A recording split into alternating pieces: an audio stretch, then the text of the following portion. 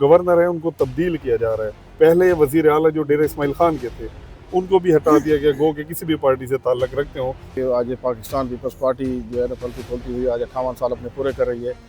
दूसरी जमात ने अपने KP से वज़ीर आला दिया, उसकी अपनी पार्टी की पॉलिसी थी, उनके चेयरमैन की पॉलिसी थी, उनके आपस में अंडरस्टैंडिंग थी नहीं थी, नहीं चल सके, उन्होंने उनको हटा दिया। इस तरह नहीं होगा कि आप कहेंगे गवर्नर का नोटिफिकेशन आ जाएगा कि भाई ये आप इस्तीफ़ा दे दें अभी भी और हमने जो है ना आपकी पार्टी में से दूसरे को भी अभी लगाना है गवर्नर, ये सिस्टम नहीं होगा। जनूबी इस्लाह की बात है तो मौलाना फजल रहमान साहब भी इसी इलाके से ही हैं, फैसल कुंडी साहब, अली अमीन गंडापुर, बाकी बहुत सारे लोग हैं। जो सूबाई हुकूमत की जमात है वो एक ही घर से एक MP और एक MNA है। खान में एक बहुत बड़ा अपने का प्रोजेक्ट लेके आ रहे हैं। ज़िली इंतज़ामिया ने तजावीज़ात के नाम पर जिस तरह से अंत मचाई हुई है, रात के टाइम में जो है ना 2-2 फुट की थलियाँ जो हैं और जो स्टेप हैं उनको गिरा रहे हैं।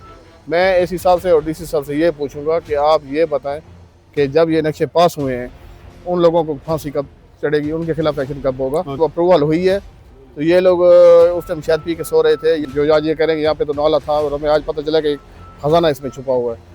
तो वो खजाना इनको उस टाइम कब जब ये उसको दफन कर रहे थे उस खजाने को, उस टाइम के जो DC साहब थे, AC साहब थे या TMO थे या जो है ना TMA के जो मुलाजमीन थे या जो नक्शा पास करने वाले एहलकार थे, उनके खिलाफ एक्शन क्यों नहीं हुआ? दरिया सिंध के ऊपर जो ऑपरेशन हुआ है वो भी एक मिली भगत और एक साजिश के तहत एक मनसूबा था। जो जंगल में और दरिया के अंदर जो फार्म हाउसेस बने हुए हैं उनके खिलाफ कोई एक्शन नहीं हुआ। जी, इस वक्त हमारे साथ मौजूद है ज़िली प्रेसिडेंट है पाकिस्तान पीपल्स पार्टी के मलिक फरहान अफजल धप साहब। आज 58वां योम तासीस मनाया जा रहा है धप हाउस में। इससे पहले सुबह के टाइम इसी जगह पर ख़वातीन का भी योम तासीस मनाया गया। तो आप क्या समझते हैं, एक तो जो मौजूदा मुल्क की सूरत हाल है, योम तासीस भी है, आज खुशकिस्मती के या बदकिस्मती के कुछ खबरें इस किस्म की चल रही हैं कि जो गवर्नर है उनको तब्दील किया जा रहा है।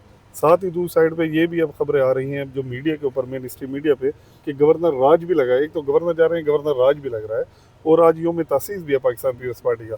तो इस हवाले से आप किस उसमें देखते हैं कि जो ये सूरत हाल है मुल्क की, पहले वज़ीर आला जो डेरा इस्माइल खान के थे उनको भी हटा दिया गया, गो के किसी भी पार्टी से ताल्लुक़ रखते हों, अगर गवर्नर को भी हटा दिया जाता है तो इसी सवाल में हम चाहेंगे इसका जवाब भी आ जाए। क्या ये जनूबी अज़ला के ख़िलाफ़ भी साजिश होती है या मेरिट की कुछ बातें हैं या कुछ पॉलिसियाँ होती हैं? इस हवाले से बिस्मिल्लाहिर्रहमानिर्रहीम। सबसे पहले दोस्त जुबैर भाई, मैं आपका और शाह साहब का अपनी टीम का इंतहाई मशकूर हूँ कि आप अपने कीमती टाइम में से टाइम निकाल कर यहाँ तशरीफ़ लाएँ।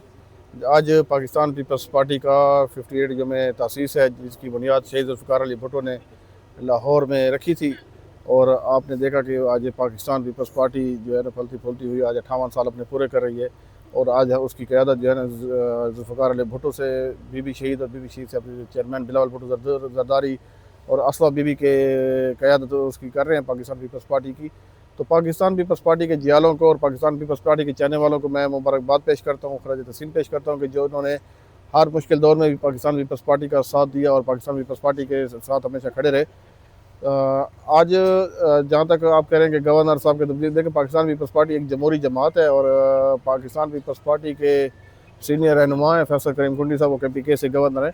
अगर पाकिस्तान पीपल्स पार्टी का ऐसा कोई फैसला होगा जिसमें पार्टी अगर गवर्नर चेंज करना चाहेगी तो वो गवर्नर साहब खुद भी और पाकिस्तान पीपल्स पार्टी के जियाले भी इसको खुशी खुशी तस्लीम करेंगे। पाकिस्तान पीपल्स पार्टी में ना तो कोई लसानी फ़िरका वारियत या मजहबी किस्म की या किसी किस्म की इस किस्म की कोई गुंजाइश नहीं होती कि हम कहें कि जनूबी अज़ला पाकिस्तान पीपल्स पार्टी ने जनूबी अज़ला में से ही गवर्नर दिया, दूसरी जमात ने अपने KP से वज़ीर आला दिया, उसकी अपनी पार्टी की पॉलिसी थी, उनके चेयरमैन की पॉलिसी थी, उनके आपस में अंडरस्टैंडिंग थी नहीं थी, नहीं चल सके, उन्होंने उनको हटा दिया। देखें इस तरह नहीं होगा कि आप कहेंगे गवर्नर का नोटिफिकेशन आ जाएगा कि भाई ये आप इस्तीफ़ा दे दें अभी भी और हमने जो है ना आपकी पार्टी में से दूसरे को भी अभी लगाना है गवर्नर, ये सिस्टम नहीं होगा। किसी दूसरी पार्टी से गवर्नर आ जाएगा या पार्टी हो सकता है कि चेयरमैन बिलावल भुट्टो ज़रदारी साहब, फैसल करीम कुंडी साहब से कोई अगर किसी और जगह पे काम लेना चाहेंगे तो फिर उनको उधर शिफ्ट करेंगे और यहाँ पे कोई और होगा। फिलहाल ये सोशल मीडिया पर और मीडिया पे हम लोग खबरें सुन रहे हैं, इसकी कोई ऑफिशियल तस्दीक हमारे पास ना है ना हम इसकी तस्दीक कर सकते हैं। जहाँ तक D खान की बात है, जनूबी इस्लाह की बात है, तो मौलाना फजल रहमान साहब भी इसी इलाके से ही हैं, फैसल करीम कुंडी साहब, अली अमीन गंडापुर, बाकी बहुत सारे लोग हैं। तो Pakistan Peoples Party D Khan की सबसे बड़ी जमात है। यहाँ पर 2 MNA हैं, 2 MPA हैं, 3 तहसील नाज़िम पाकिस्तान पीपल्स पार्टी की हैं, जबकि जो सूबाई हुकूमत की जमात है वो एक ही घर से एक MP और एक MNA है। ये JUI के 2 MPA हैं।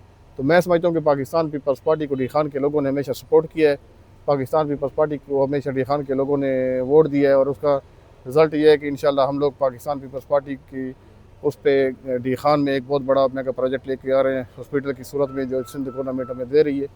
और हम इसमें किडनी और जिसमें जिगर और दिल का इलाज लोगों को, और बल्कि सिर्फ डी खान के लोगों को नहीं, बल्कि मियाँ वाली या बलूचिस्तान या बखर या जो जनूबी ये हमारे इलाके में लोगों को भी बड़ा फ़ायदा होगा।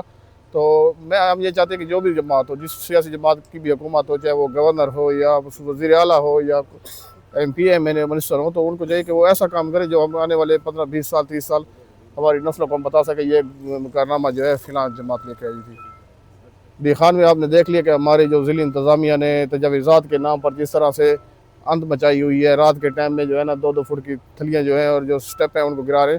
मैं इस हिसाब से और DC साहब से ये पूछूंगा कि आप ये बताएं कि जब ये नक्शे पास हुए हैं उन लोगों को फांसी कब चढ़ेगी, उनके खिलाफ एक्शन कब होगा? जो महकमे वाले लोग, हाँ जी, जब ये सरकार देखा, जब अप्रूवल हुई है तो ये लोग उस टाइम शायद पी के सो रहे थे, या जो नाले बंद हुए हैं, जो आज ये करेंगे यहाँ पे तो नाला था और हमें आज पता चला कि खजाना इसमें छुपा हुआ है। तो वो खजाना इनको उस टाइम कब, जब ये उसको दफन कर रहे थे उस खजाने को, उस टाइम के जो DC साहब थे, AC साहब थे, या TMO थे, या जो है ना TMA के जो मुलाजमीन थे, या जो नक्शा पास करने वाले एहलकार थे, उनके खिलाफ एक्शन क्यों नहीं हुआ? या रेवेन्यू डिपार्टमेंट नहीं करें यार। आप आज भी मैं आपको गारंटी से कहता हूँ कि जो तजावीज़ात के नाम पर आज यहाँ पर पहले जो दरिया सिंध के ऊपर जो ऑपरेशन हुआ है, वो भी एक मिली भगत और एक साजिश के तहत एक मनसूबा था।